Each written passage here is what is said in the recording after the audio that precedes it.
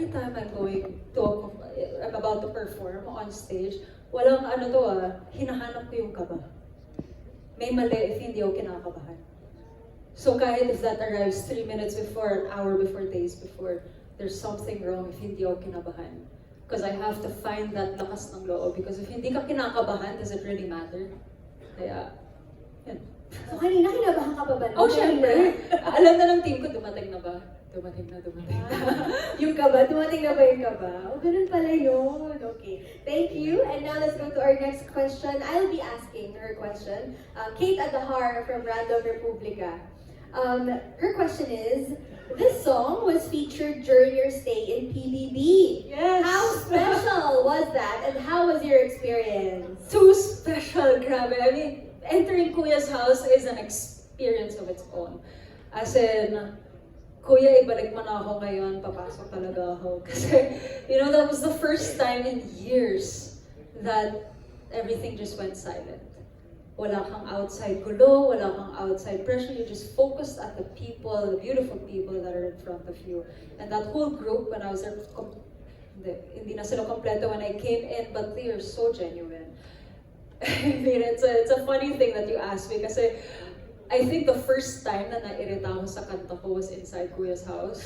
Why? Because I didn't know kung ano yung galaw. The housemates were already there for 41 days prior. Ako, I just got in. The first 2 days, they were still playing yung alarm clock. Am I allowed to say this? Basta the first thing they hear is the theme song. The wake-up call. The wake-up call. The wake-up call was the theme song. Oh, of course, napapanood niya sa live stream. So the first time I heard Reina, that was 2-3 nights after, I was like, oh my gosh. Natapos na ba kasi hindi pa ako gising. Pero ayun, I started hearing it every day, and it was just like, I mean, of course, all jokes aside,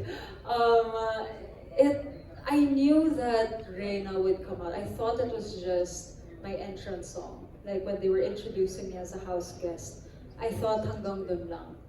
And then they played it, and then they played it all day, and then they kept playing it, where it's like, wow, this is actually happening inside Kuya's house, with millions of people watching. And I honestly came into PBB kasi saying I have to get over the fact that I will be under 24/7 surveillance. The faster I can get through that, the more comfortable I can be for the house guests.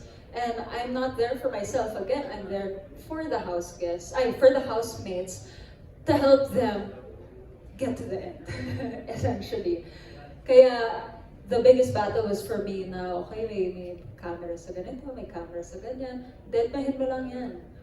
And then I was able to really be myself for them, because I wasn't there for me, it was really for them. And the revelations that came out while I was there, syempre, I wasn't expecting it, but if there's anything that can kind of make a tuldok sa pagiging Reina, it's some of those moments, because I have so much respect for the housemates and for all of the housemates that came before, because what they're doing is no joke. What they are allowing other people to see, it's like being on a pageant stage 24/7. You're allowing so much scrutiny and so much unknown happening. Now, it was nice to hear them say na thank you, Michelle, for creating this song, because it was stuck in their heads there, and it's a constant reminder. And syempre, no offense to the theme song, pero it was the first song they saw, I heard, after that 41 days of hearing the theme song.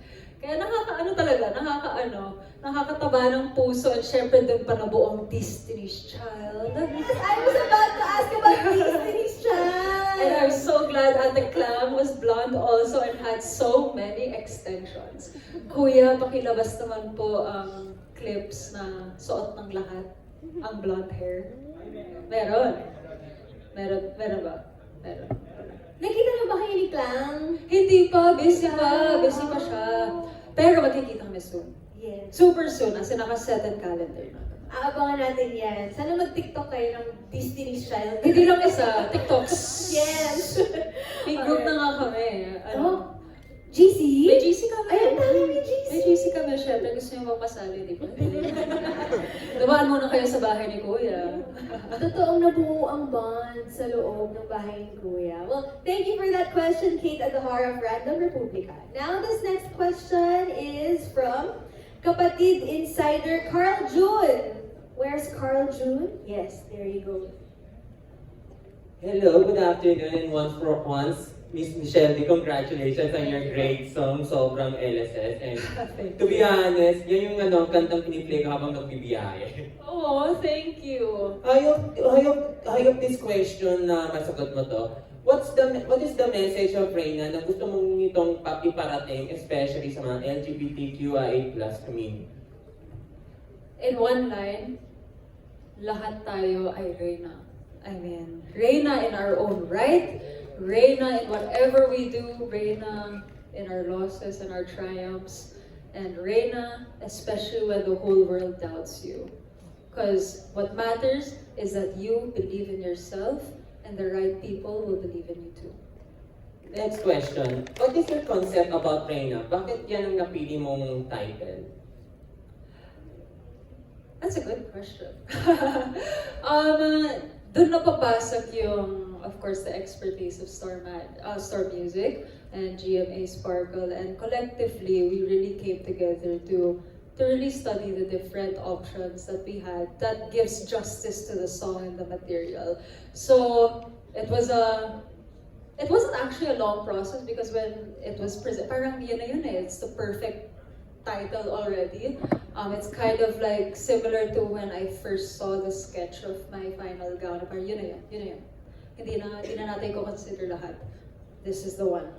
So it just felt right. That will be all. Thank you and congratulations, Queen Michelle D. Thank you. Thank you. Parang may lukso ng dugo, no? Yan na yun. That's it. Yeah, I mean, yeah, it has to feel right. Okay, now let's go to Certified Kapamilya, Lyra Nicole Trinidad. Kindly raise your hand. Okay, there. Let's hear her question. Hello po, Ms. Michelle, and congratulations Hi. po Hello. for the release. So my question is, how does this release empower you and the community you represent, and how do you hope the general public will interpret it? I mean, this press con, that question is a little late. Kasi ang dami na nangyari with the song and how it was received and how it was praised and how it's celebrated in so many different areas. I think that's validation definitely from not just my journey but me also as a starting recording artist. It validates what we're trying to say and of course the community that received it so well because this is for them. And it's for so many more people also. Kaya, I mean, I guess, para matuldukan yung tanong niyo po, it's more validating in a sense na this song means so much, not just for what the lyric says, but what it represents, which was my journey as a beauty queen and how I reached success unconventionally. And to put that in song in a new industry and for it to be so well received, I mean that it just inspires me to keep creating it at this level all throughout my career. Thank you Thank po, you. and congratulations. Thank you, Lyra Nicole Trinidad of Certified Kapamilya. Now let's go back to the music video kasi tungkol dun yung next question from Davao Digital Influencers, Joem Madrazo. He asks, how did you physically prepare for the music video shoot?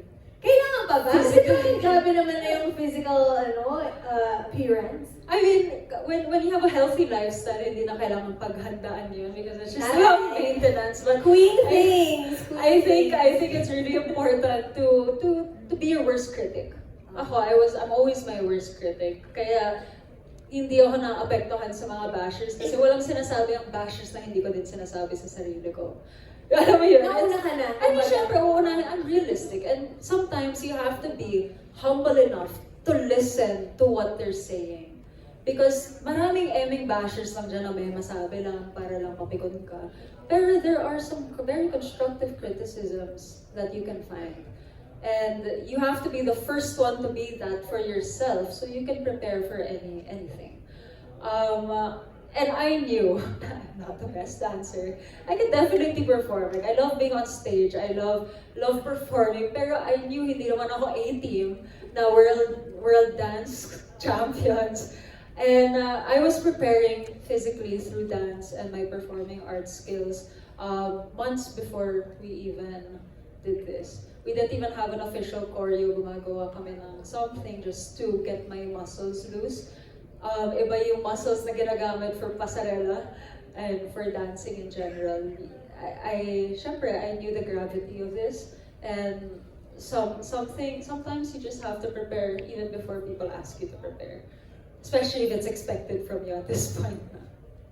So, yun, yung physical preparation mo, more on the dancing part, yes. More into dancing, of course, and of course, Jade Risho is my vocal coach as well. So I really had to, I guess, loosen up these muscles.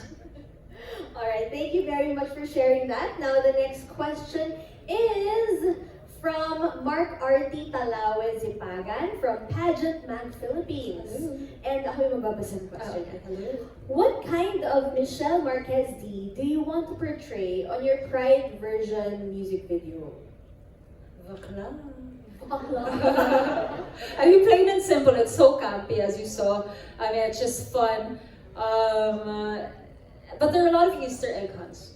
Easter egg clues For inside. your next music? No. Actually, just in relation to my journey, you'll see a lot of snakeskin in there. You'll see a lot of iconic poses, and just a lot of representation on paying homage to what has passed already. And the next, I don't know if I can tease this, but the next is to introduce something new. Yeah, it's very exciting. And I have to say kudos talaga to the knowledge and the expertise of Star Music. They're really guiding me through. Again, this is a very new industry for me, but again, I'm just doing my best in everything that I take on. Alright, so abangan natin bukas when it gets released sa YouTube channel ng Star Music, kung ano-ano yung mga Easter eggs na yan. Okay, now this next question will be from Rappler. Juno Reyes, where are you? There you go. Hi. So first of all, congratulations Thank again. you. It was really nice music video, super colorful. So I guess this one is my question. Of course, there's still a lot of prejudice towards the LGBT community in the Philippines. So what does it mean for you to be able to express your sexuality and support for the LGBT community with the platform that you have now, especially that you've officially launched your career as a recording artist? I mean, it means so much to me because I owe so much to this community right back. I mean, they have been a source of strength when it matters the most. And growing up, I don't think naman na nawala sa pagkatao ko and being exposed to the community. And the thing is I don't think I've ever encountered naman an instance in my life na binastos ako or na nagawa ng community na to na hindi kayang gawin ng ibang community. Pantay-pantay lang naman tayo, and all we're asking for is acceptance, respect, understanding. No one's trying to change anyone. But the fact that, I just performed in Ovar 2 nights ago, and it was the most fun performance that and kumpara nagle-lip sync lang ako doon.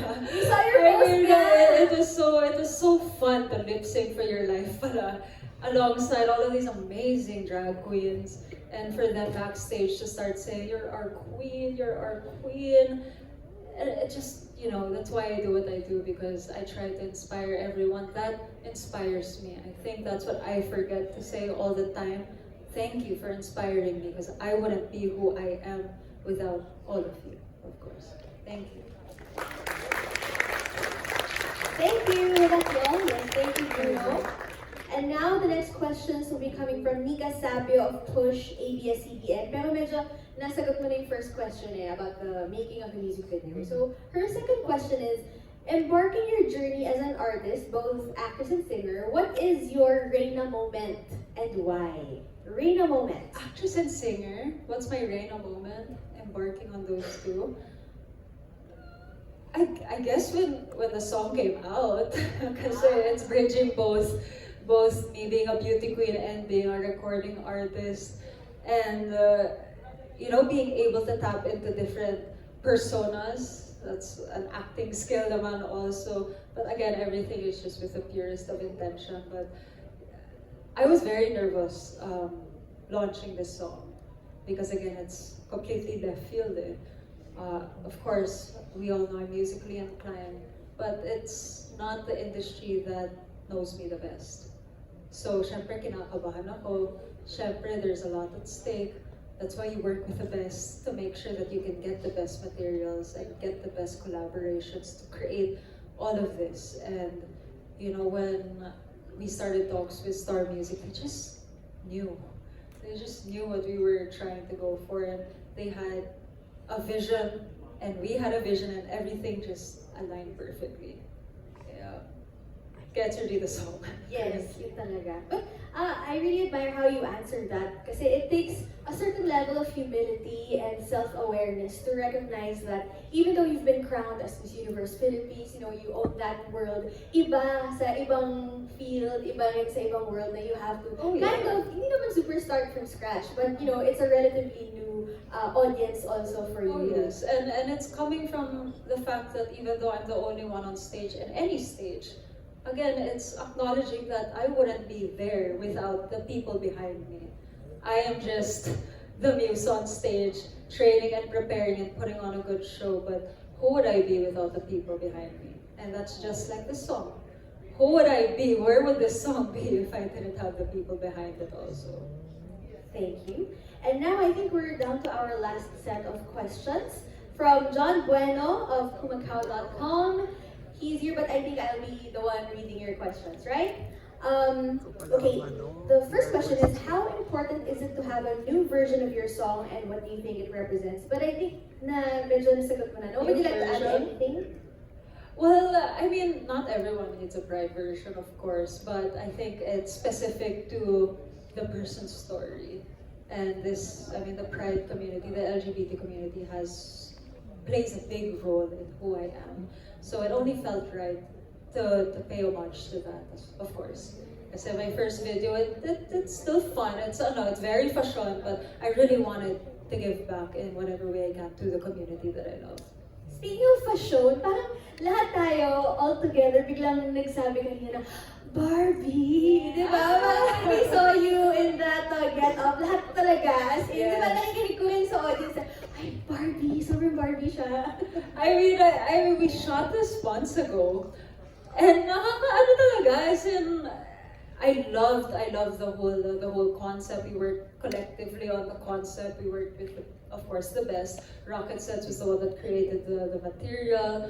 And this is the whole creative journey towards creating all of this. It's fun. I am a creative at heart. So even if I lose sleep, day in and day out, just trying to produce some of the most eye-catching things or trying to test my boundaries as a creative. Gagawin ko yun. I don't mind losing sleep or anything like that. Okay, now ito naman medyo matatest lang yung pagka-beauty queen sa question na to ni John. Grabe ka, John. Okay, so let's pretend we're in a beauty pageant. Woo! Grabe naman. So, Michelle Marquez D, your question is, how important for you is the Soji bill? Even if the odds are against it, why do you think it should be passed? Because it starts the right conversations. Even if it doesn't get passed now, naniniwala naman ako eventually when the political landscape is better or if it's more accepting, then who knows? Who knows?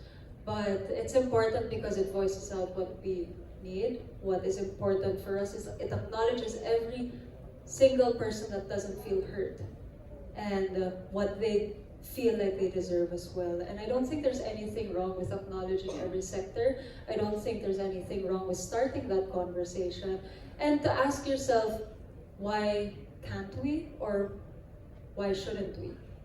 And you have to see them from both ends of the spectrum, both sides of the coin. But at the end of the day, naniniwala naman ako na we'll get there. Thank you. Thank you very much. Grabe yung last question natin, John. Again, John, maraming salamat. But Shell could answer that naman. Walang sweat, parang walang kaba. Oo, chill na chill. Chill na chill siya. But thank you once again for all of your questions. Meron ba gusto mong mabol? Or okay na? Yes? I think